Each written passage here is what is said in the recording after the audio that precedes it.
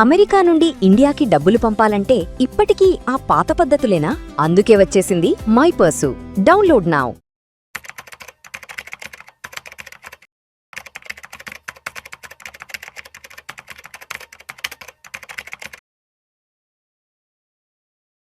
Hello everyone, I'm Madhvi Reddy. I'm a certified financial planner and chartered wealth manager. So welcome to weekend wrap up. So markets ఈరోజు చాలా పాజిటివ్గా close అయ్యాయండి. So almost again Nifty 24,200 అయితే gain చేయగలిగింది. So 244 points massive rally అయితే ఈరోజు Friday రోజు చూస్తున్నాము. అండ్ అలానే మనకి సెన్సెక్స్ కూడా 827 పాయింట్స్తో 77,569 దగ్గర క్లోజ్ అయింది. సో ఇంత మనకి అంటే ఈవెందో అంటే అక్కడ మనకి ఒకవైపు యుఎస్ ఇరాన్ టెన్షన్స్ అనేవి అవగానే మార్కెట్స్ ఒక టైంలో మనం చూసుకున్నట్లయితే 24,000 కూడా బ్రేక్ అయ్యి నెగిటివ్గా వెళ్ళిపోయిన మార్కెట్స్ ఒక్కసారిగా పాజిటివ్గా రావడానికి మెయిన్ రీజన్స్ ఏంటంటే మనకి ఆయిల్ అనేది మళ్ళీ $76కి వచ్చింది. అలానే మళ్ళీ ఇవి కొంచెం మార్కెట్ ఏదైతే యుఎస్ ఇరాన్ టెన్షన్స్ ఏవైతే ఉన్నాయో అవి కొంచెం నెగ్లెక్ట్ చేసినట్టుగా మార్కెట్స్ అయితే దాన్ని ఇగ్నోర్ చేసినట్టుగా కనిపిస్తుందండి. So it has become so normal now. Markets అన్నీ కూడా ఈ పర్టికులర్ ఇరాన్ ఇష్యూ లేకపోతే యుఎస్ ఇరాన్ కాన్ఫ్లిక్ట్ గురించి కాకుండా క్రూడ్ ఆయిల్ ప్రైజెస్ మీదే ఎక్కువగా ఫోకస్ చేస్తుందండి. ఎప్పుడైతే క్రూడ్ ఆయిల్ ప్రైజెస్ $80 అయిందో మార్కెట్ పడవడం, అలానే ఎప్పుడైతే మళ్ళీ అది $76కి రాగానే మళ్ళీ మార్కెట్స్ అనేవి రీబౌండ్ అవడం అనేది గమనిస్తున్నాము.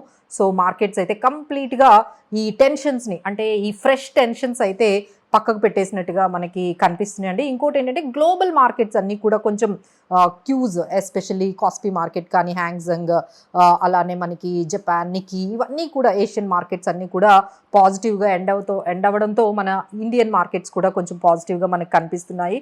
అలానే ఎఫ్ఐఐస్ బయింగ్ కూడా ఓవరాల్గా అంటే జూలై 1 నుంచి జూలై 6 అంటే ఈ ఒక 6-4 అంటే 5-6 సెషన్స్ నుంచి చూసుకుంటే దాదాపుగా 8,280 crores బయింగ్ అనేది జరిగిందని. అంటే సెల్ చేస్తున్న చాలా తక్కువ అమౌంట్తో సెల్ చేస్తున్నారు, బట్ బయింగ్ అయితే కన్సిస్టెంట్గా వస్తుంది. అది కూడా మన ఇండియన్ మార్కెట్స్కి ఒక ఫ్రెష్ న్యూస్గా కనిపిస్తుంది. అంటే సెల్లింగ్ ప్రెషర్ ఒకవైపు తగ్గింది, బయింగ్ అనేది కొంచెం సెల్లింగ్ కన్నా బయింగ్ అనేది చాలా ఎక్కువగా కనిపించడంతో అది కూడా మన మార్కెట్స్కి చాలా పాజిటివ్గా అనిపిస్తుందండి. అలానే ఇంకొక డేటా అనేది వచ్చింది మనకి జూన్ యాంఫీ డేటా వచ్చిందండి. ఈ జూన్ యాంఫీ డేటాలో మనకి చాలా important క్యూజ్ for the stock market కనిపించింది. ఒకటి ఏంటంటే ఎస్ఐపీస్ పెరిగాయండి. అంటే అందరూ ఏమనుకున్నారంటే ఈ మార్కెట్స్ రిటర్న్స్ ఇవ్వడం లేదు, లేకపోతే ఈ విధంగా ఒకసారి 24,000 రీక్లెయిమ్ చేస్తున్నాయి, మళ్ళీ 24,000కి నుంచి కిందకు వచ్చేస్తున్నాయి. సో ఈ వాల్టిలిటీలో కూడా ఎస్ఐపీస్ అయితే రికార్డ్ స్థాయిలో 32,000 కోట్లు మనకి ఎస్ఐపి బుక్ అనేది పెరిగిందండి. So that is very good news అని చెప్పొచ్చు. అలానే ఈక్విటీ ఫ్లోస్ కూడా చాలా పెరిగాయండి. అంటే 22,000 crores మేలో ఉంటే జూన్లో దాదాపుగా 29,000 crores మనకి ఈక్విటీలో ఇన్ఫ్లోస్ వస్తున్నాయి. అంటే మార్కెట్ ఇంత వాల్టిలిటీ ఉన్నా సో ఇన్వెస్టర్స్ మాత్రం ఈ mid caps, small caps, large క్యాప్స్లో అన్నిటిలో కూడా చాలా వరకు వాళ్ళు పంప్ చేస్తూనే ఉన్నారు మనీని. సో ఇది మనకి చాలా రెసిలియంట్గా ఈ మన పాజిటివ్గా మార్కెట్స్ని ఈ ఎస్ఐపి బుక్ అనేది అంటే దాదాపుగా ఈ పర్టికులర్ వాల్టిలిటీలో కూడా 32,000 కోట్ల ఎస్ఐపి అనేది ఎవ్రీ మంత్ జరుగుతుందంటే అది మార్కెట్స్కి చాలా పాజిటివ్గా మనకి కనిపిస్తుందండి.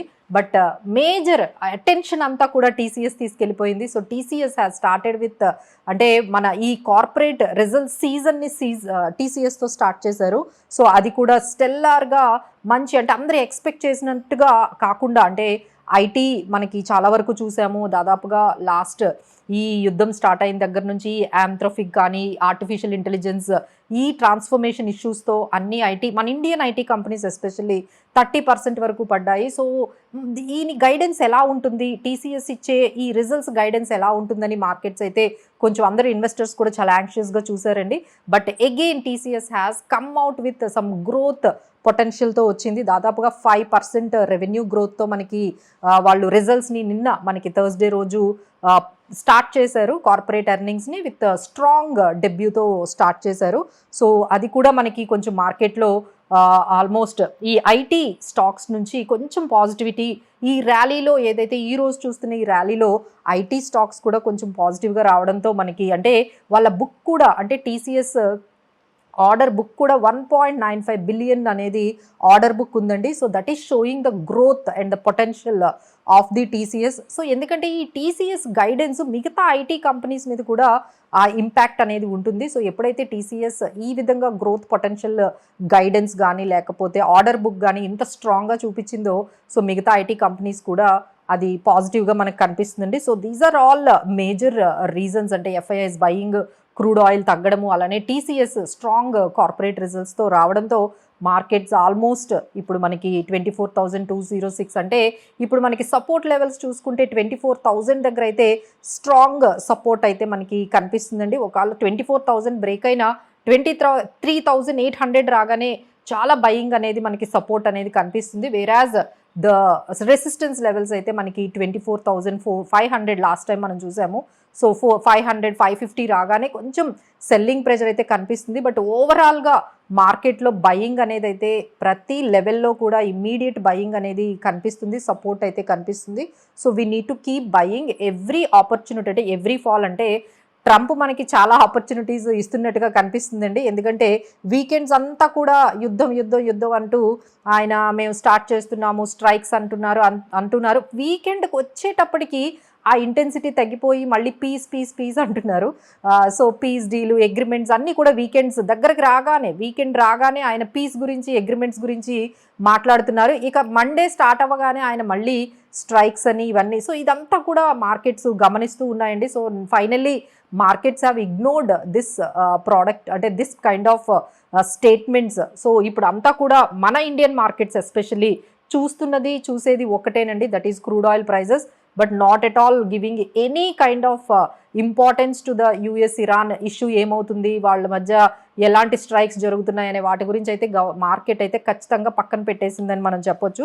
సో ఇక్కడ నుంచి మనం ఇలాంటి సిచ్యువేషన్లో ఎలాంటి స్టాక్స్ మనము తీసుకోవచ్చు, ఎలాంటి సెక్టార్స్ మనము పికప్ చేసుకోవచ్చు అనే దానికి ఫస్ట్ ఏంటంటే మనకి ఏఎంసీ కంపెనీస్ అండి. మీ అందరికీ తెలిసిందే ఎస్బీఐ ఫండ్ మేనేజ్మెంట్ కంపెనీ ఐపీఓకి రాబోతుంది, July 14th రాబోతుంది. సో దానివల్ల మిగతా ఏఎంసీస్ అయిన లిస్టెడ్ ఏఎంసీస్ అయిన హెచ్డిఎఫ్సి కానీ, నిపాన్ కానీ, ఐసిఐసిఐ ఇవన్నీ కూడా కొంచెం పాజిటివిటీ అనేది చూడొచ్చు. అలానే బ్యాంకింగ్ అండ్ ఫైనాన్షియల్ సర్వీసెస్ అవి కూడా ఇప్పుడు కార్పొరేట్ రిజల్ట్స్ రాబోతున్నాయండి.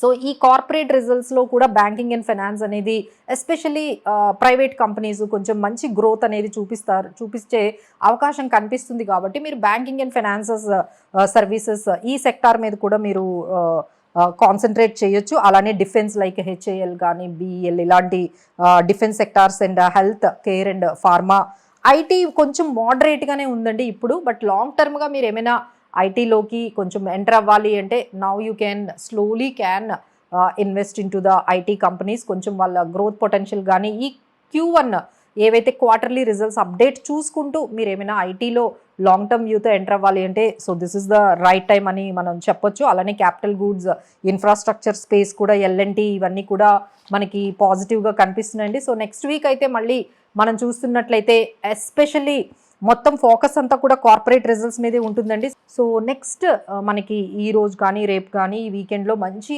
కొన్ని పెద్ద కంపెనీసే కార్పొరేట్ రిజల్ట్స్ని అనౌన్స్ చేయబోతున్నాయి. అందులో మనకి చూసుకున్నట్లయితే ఇండియన్ బ్యాంక్ ఒకటి ఉంది, LNT finance, bank of Maharashtra, అలానే మనకి జస్ట్ డయల్, డీమార్ట్ ఇవన్నీ కూడా మనకి ఈ కార్పొరేట్ రిజల్ట్స్ అనేవి మన నెక్స్ట్ ఫ్యూ డేస్లో 1-2 డేస్లో మనకి రాబోతున్నాయి. సో ఈ మార్కెట్ని ఇక్కడ నుంచి 25,000 లెవెల్కి, 24,400, 500 లెవెల్స్కి తీసుకెళ్ళాలి అంటే స్ట్రాంగ్ కార్పొరేట్ రిజల్ట్స్ కానీ వచ్చినట్లయితే definitely it can take it అండి. But only provided the crude oil prices అయితే మనకి $72, $73 ఈ రేంజ్లో కానీ ఉన్నట్లయితే it is going to be very positive. ఒకవైపు ఏమో మనకి రూపీ కూడా చాలా పాజిటివ్గా 95.25 అండి, అది కూడా 94 కానీ వచ్చినట్లయితే ఇంకా మన మార్కెట్స్కి చాలా పాజిటివ్ అవుతుంది.